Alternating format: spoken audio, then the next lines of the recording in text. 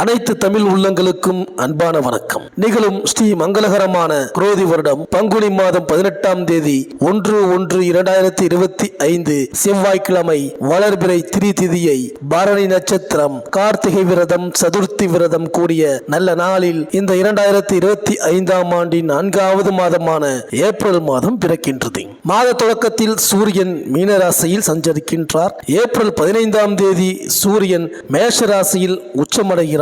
சனி பகவான் இந்த ஏப்ரல் மாத தொடக்கத்தில் மீனராசியில் சஞ்சரிப்பார். இதன் காரணமாக மேஷ ராசிக்கு ஏழை சனி ஆரம்பமாகின்றது. மகர ராசிக்கு ஏழை சனி முடிவடைகின்றது. மீன ராசிக்கு ஜென்ம சனி, கும்ப ராசிக்கு பாத சனி, சிம்ம ராசிக்கு அஷ்டம சனி ஆரம்பிக்கின்றது. கடக ராசிக்கு அஷ்டம சனி முடிவடைகின்றது.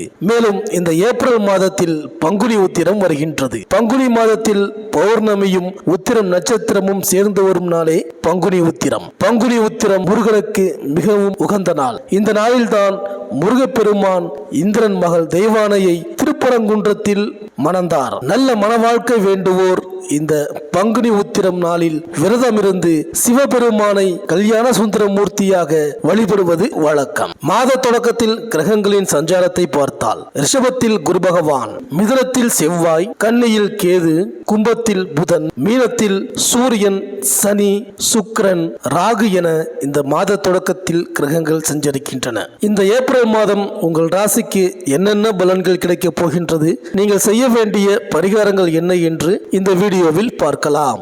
செவ்வாய் பகவானை ராசிநாதனாக கொண்ட மேஷராசி அன்பர்களே, வேகமாகவும் விவேகமாகவும் செயல்படுவீர்கள். திருக்கணித பஞ்சாங்கப்படி இந்த மாத தொடக்கத்தில் சனி பகவான் மீனராசிக்கு பயிற்சி அடைந்துள்ளார். இதுவரை உங்கள் ராசிக்கு லாபஸ்தானத்தில் இருந்து பணவரத்து, உயர்ந்த பதவிகள், பணியாளர்களின் மூலம் லாபம், வெளிநாடு செல்லும் முயற்சிகளில் சாதகமான பலன், விரும்பிய இடமாற்றம் போன்றவற்றை தந்திருப்பார். இந்த பயிற்சிக்கு பிறகு உங்கள் ராசிக்கு தொழில் ஸ்தானாதிபதி மற்றும் லாபஸ்தானாதிபதியான சனி பகவான் உங்கள் ராசிக்கு அயன சயன சுகஸ்தானம் மற்றும் விரயஸ்தானத்திற்கு பயிற்சி அடைகின்றார். இதனால் கூடுதல் செலவுகளை எதிர்பார்க்கலாம். வழக்கத்தை விட அதிக அளவில் முயற்சி எடுத்து செய்யும் காரியங்களில் வெற்றி கிடைக்கும். எந்த ஒரு வேலையை செய்து முடிக்க வேண்டியிருந்தாலும் அதனை செய்து முடிக்க வழக்கத்தை விட கூடுதலாக அடைவீர்கள்.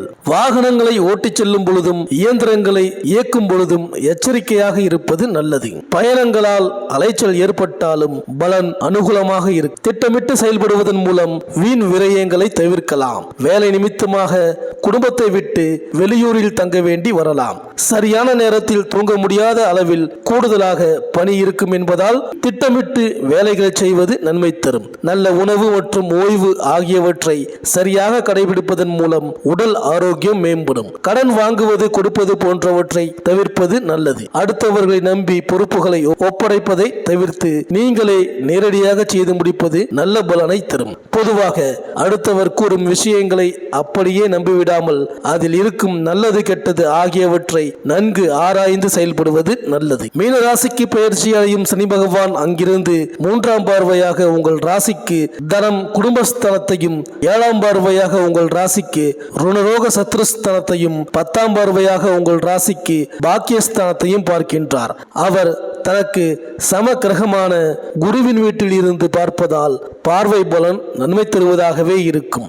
கடன் விவகாரங்கள் மற்றும் கொடுக்கல் வாங்கலில் கூடுதல் கவனம் செலுத்துவது நல்லது. வீண் விவகாரங்களில் தலையிடாமல் இருப்பது நன்மை தரும். பணவரத்தில் தாமதம் ஏற்படும். கொடுத்த வாக்குறுதிகளை சரியான நேரத்தில் நிறைவேற்ற முடியாமல் தாமதமாகும். எனவே வாக்குறுதிகள் கொடுப்பதை தவிர்ப்பது நல்லது. பொன்பொருள் சேர்க்கை, சொத்துக்கள் வாங்குவது ஆகியவற்றிற்கு கூடுதல் முயற்சி தேவைப்படும். வாழ்க்கை துணை மற்றும் குடும்ப உறுப்பினர்களிடம் அமைதியாகவும் பொறுமையாகவும் பேசி நடந்து கொள்வது நன்மை தரும். பேசும்போது நிதானமாகவும் அன்பாகவும் பேசுவது காரிய அனுகூலத்தை தரும். புதிதாக தொழில் தொடங்க தேவையான நிதி உதவிகள் கிடைப்பதில் தாமதமானாலும் தகுந்த நேரத்தில் கிடைக்கக்கூடும். தொழில் வியாபாரத்தில் இருந்த தாமதம் நீங்கி வேகம் பிடிக்க கூடுதல் முயற்சி தேவைப்படும். தொழில் வியாபாரம் வளர்ச்சி பெற பணியாளர்களை அனுசரித்து செல்லுங்கள்.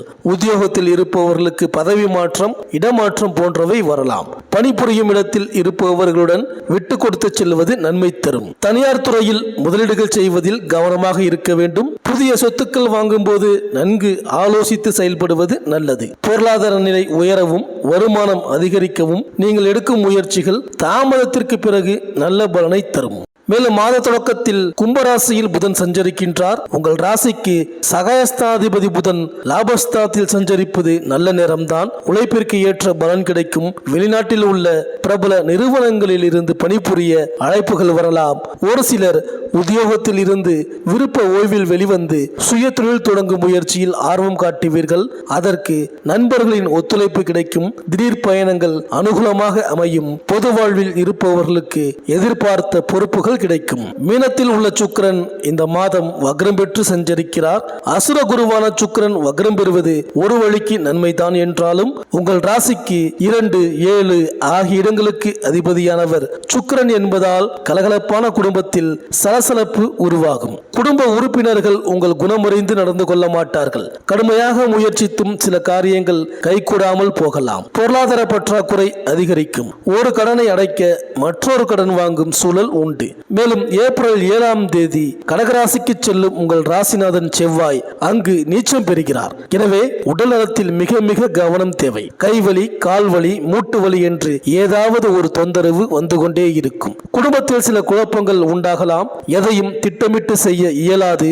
அதே நேரம் அஷ்டமாதிபதியாகவும் செவ்வாய் விளங்குகின்றார். இதன் காரணமாக பூமி, இடம் சம்பந்தப்பட்ட வகையில் ஏற்பட்ட பிரச்சனைகள் நல்ல முடிவிற்கு வரப்போகின்றது. சகோதர வர்க்கத்தினரால் நன்மை உண்டு. மேலும் ஏப்ரல் 10ஆம் தேதி கும்பத்தில் உள்ள புதன் மீண்டும் மீனராசிக்கு செல்கிறார். அங்கு நீச்சம் பெற்று சூரியனோடும் சுக்கிரனோடும் இணைந்து சஞ்சரிக்கின்றார். எனவே சில நல்ல மாற்றங்கள் உங்கள் இல்லம் தேடி வரும். புத ஆதித்ய யோகமும் புத சுக்கிர யோகமும் செயல்படும். இந்த நேரம் உங்களுக்கு பொன்னான நேரம். தொட்டது துலங்கும். தொழிலில் வளர்ச்சி ஏற்படும். வெற்றி செய்திகள் வீடு தேடி வரும்.